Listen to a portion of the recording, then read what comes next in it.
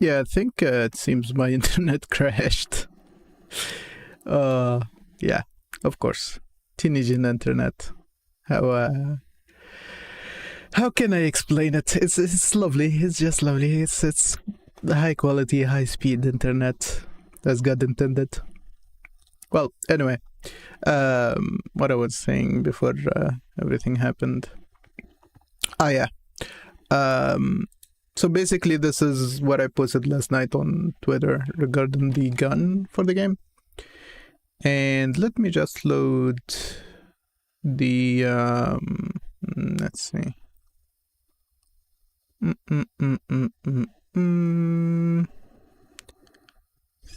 Think it should be this one. Yes, it is. So technically what I did last night is just imported the low poly version of the gun. I removed the shading for it. I just set everything to be shaded smooth, so it would transfer the details from the high detail model more efficiently, or at least it would look better, because there is some issues if you bake normal maps and you have breaks in your shading, some places where there are seams and such, like UV seams. Then what I did is I took that version, I made a copy, and I added subdivision modifier with some tweaks to get a higher detailed versions of each part. And of course, I split the gun into its separate parts: the trigger and the hammer, the lower, the bullet cylinder, and the upper. After doing this, I could just bake the details from this version of the gun, but it's gonna have a problem. The problem would be that if you look at the edges of the model, if I just show it without the modeling, the shading that I use for modeling, the edges of the gun are super sharp. So when you bake extremely sharp edges, they don't look right in the texture, especially if you use lower resolution, which I'm gonna be eventually doing, since I'm gonna be putting the game on the PS Vita, and the PS Vita literally runs on quarter the resolution of full HD. So one extra step that I did is, and I usually do this, by the way, way before I used Blender, is that I took that high poly version, and what I did is actually quite simple. Let's say I took this part, and if you notice here, this part still has high details, but it has softer edges. They have some artifacting and some issues, but the edges are way softer than the high poly model, the original one. Also, this blends in the parts together. So if you remember, I didn't model this as a single part. I modeled it out of a sphere, a cylinder, and a box. And this step blends between them. To do this, I just took one of the meshes and I just used the remeshing tool with those settings, basically. It does the job. It gives me a model that is higher detail, like in terms of details is higher res than the low poly, but still has some soft edges, so when the bake happens it looks way better than just hard edges. And that's pretty much it. After I did that, I just took the same model, put it in Substance Painter, did some texturing, and brought it back to Blender. And this is technically the final result. If I look at the model in the viewport, this texture is technically what I'm gonna be using in the game. I can have a higher resolution version. I can go up to like 4K maybe, but the game is gonna be low res anyway. So the textures that I made are basically let's see, what was the resolution? I think it was 1K, so 1024 pixels each in each dimension. It gives, if you look at it from the distance that the gun is gonna show up in terms of the camera view, it gives a decent resolution. And also it has some of the imperfections of the model that I used for baking, basically. It looks decent. I wouldn't say it looks perfect, but it looks decent. Also, I added some details in the textures. One of them is the rifle on for the barrels. Also, if I switch back to the animation, let me wait for the gun to be open. Okay. So if I look here, I even did that for the interior. Also added some details for the hammer, where it strikes the casings of the bullet. The mechanism that turns the cylinder should be notches here, and like an arm that comes out of here to push those notches to turn the cylinder. So that's taken into account. Also added some luminescent paint where the sights are. Technically this, I don't think this exists in the original game, but it's a touch that I wanted to add. And that's pretty much it. The rest, in this instance, I just made like a simple keyframed animation just to showcase how the gun would work. But by the end of the day, this gun is gonna be rigged with a model that shows the arms of the character when you play the game. So this is not the final animation. It's gonna be like a reload, shooting, and a few other animations that are gonna be done in a different way than what I did right now, because I only just animated positions and rotations of stuff. But this should be the gun that I'm gonna include in the game right now, and it might change in the future, who knows.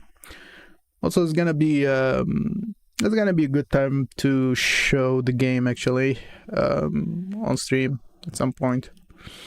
Could shade in a bit, but I'm gonna prefer to finish the assets that I'm trying to finish now, implement them into the game, and then showcase it in one go. I don't have to show unfinished work if I don't have to. I don't like to do that. I usually like to finish stuff and then show it to people, unless I'm looking into like specific feedback. What I'm gonna be doing today is kind of different, if you can tell from the title of the stream. I'm gonna be let me bring up the other file first. Let's see. Book, yes. I have to save that one. Okay, so this is the reference that I use for the gun, right? And this is the official artwork from the original game. I would say the promotional artwork. It's not gonna be the actual artwork that made it into the game. And I want to include this as part of the main menu of the game. So I grabbed this image, of course, because it has the gun, it has the book. And also I've grabbed the screenshot of the original game. This is the loading menu, the loading screen before the main menu. If you notice here, it's kind of the same book in terms of the border of the book, and also you notice some parts of the motifs are the same, but there's a difference. In this one, the pattern is not quite the same. It's the same in few parts, but it's not quite the same. And I want to mix between both. What I'm gonna do is to grab the motifs from the corners of this version of the book, and grab this part at the middle of this book, since this one is gonna be empty, since nothing shows up underneath the gun if you take a closer look at it. So I'm gonna grab this shape, put it in the middle of this, and maybe grab this section. I don't know if I'm gonna be able to transfer the details, because technically it's a pixelated image, since the resolution is way too low. I don't know. I think I'm gonna try to get all of this part, and then I'm gonna grab this shape and maybe this circle with the letters. I don't know what I'm gonna do about the letters, but I'm gonna just grab it, maybe come up with oh, I have an idea. I actually have an idea. The only issue with my idea is that I need to ask for permission, because I have some runes that I can use, but I need the permission of the owner of the IP that I'm gonna use it from.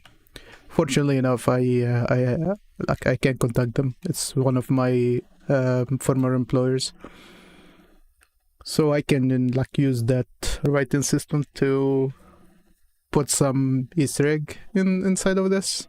Maybe I'm gonna leave it empty for now. I'm gonna ask for permission first, and then I might use that. Yeah. So that's the plan for at least for today.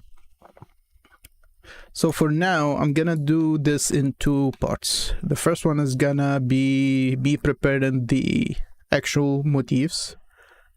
I need to put together a mask that I'm gonna use to transfer those details to the 3D model, and then I'm gonna just 3D model a simple version of the book, and then use this to make a high detailed version, and then transfer the details through the textures. So that's gonna be the plan. Let me just see, because at the start of the stream, before my network crashed, I did actually load up the other software that I'm gonna use to... It's basically an alternative to Photoshop that I'm gonna use to make the masks. So let's see if that would actually show up in OBS, because it didn't show up the first time, at least from what I've seen before the stream crashed. Let's see, let's bring up that. So here's the issue. I can see the software, but I don't see the actual image inside for some reason. And I think I know why. Technically, I know why. The reason is actually quite simple. I think the...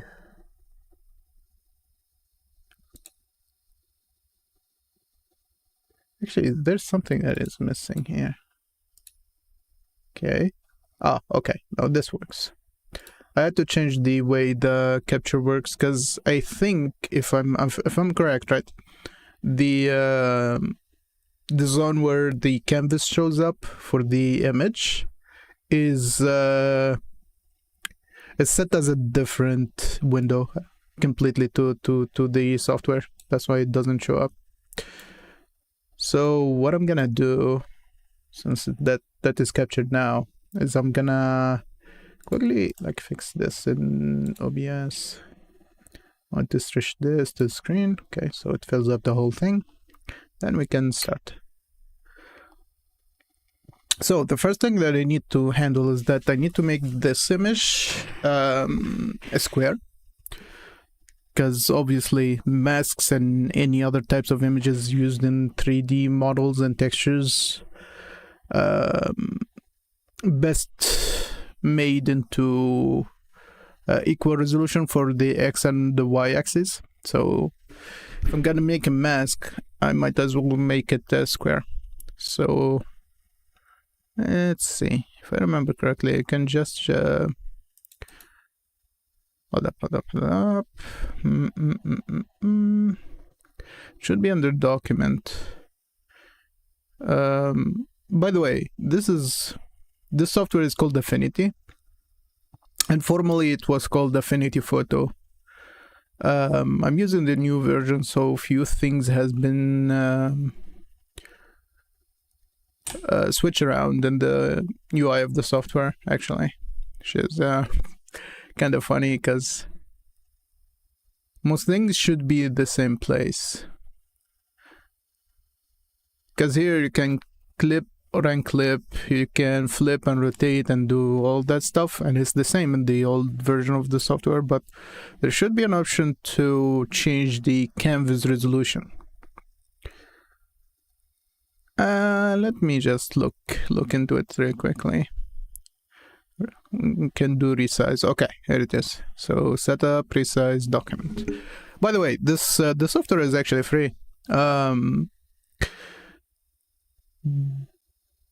Few years back when I got the original version that I have, I got it for a discount and it was extremely cheap. It was like I got both the equivalent to Illustrator and the equivalent to Photoshop I got both software for $50, so $25 each, and at full price it was $50 for each software, so basically you pay $100 for both, and that carried to the second version. Oh, by the way, I just noticed that you can't see what I'm selecting right now. Oh well. If it's not gonna show up other windows, I can't do anything about it anyway. So the software was $100 for both equivalent of Illustrator and Photoshop. So basically, if you do illustrations or 2D work, you can get a very solid couple of pieces of software for pretty much 2 months of the Adobe subscription. And just a few days ago, the company behind this software suite just said, hey, we're gonna release the software for free. There are some AI stuff and some other like advanced options that are gonna be behind the subscription. But the main software, which is pretty much 99% of Photoshop and Illustrator, and by the way, they merged them into one software, basically for free. You can download it and use it for free. So technically this is the second software after DaVinci Resolve that does that, except DaVinci Resolve you can buy it one time. You don't have to pay for it for a subscription, but you can use it for free for 19% of the options. So this is very good news for a lot of people that wants to get out of the Adobe shackles. So let me resize that real quick and stop yapping.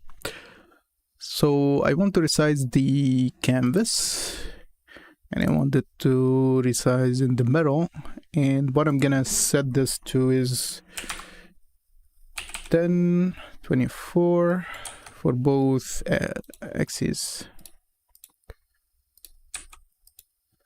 And this would make the image square. And now what I'm gonna do is actually resize this a bit, because I'm gonna have to tweak the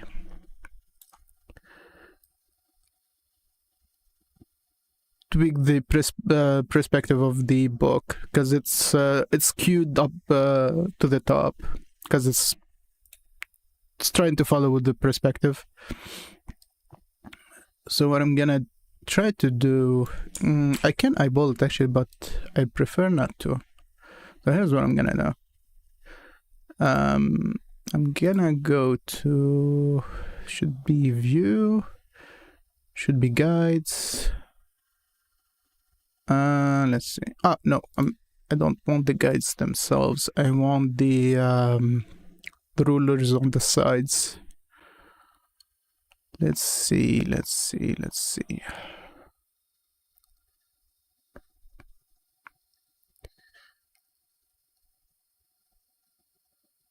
Rulers, here we go.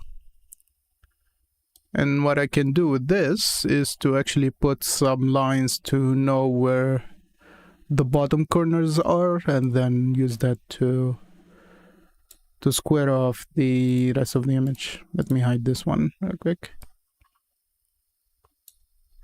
Now I can just skew this to follow the corners, and that would make it square. Oh, come on. Okay.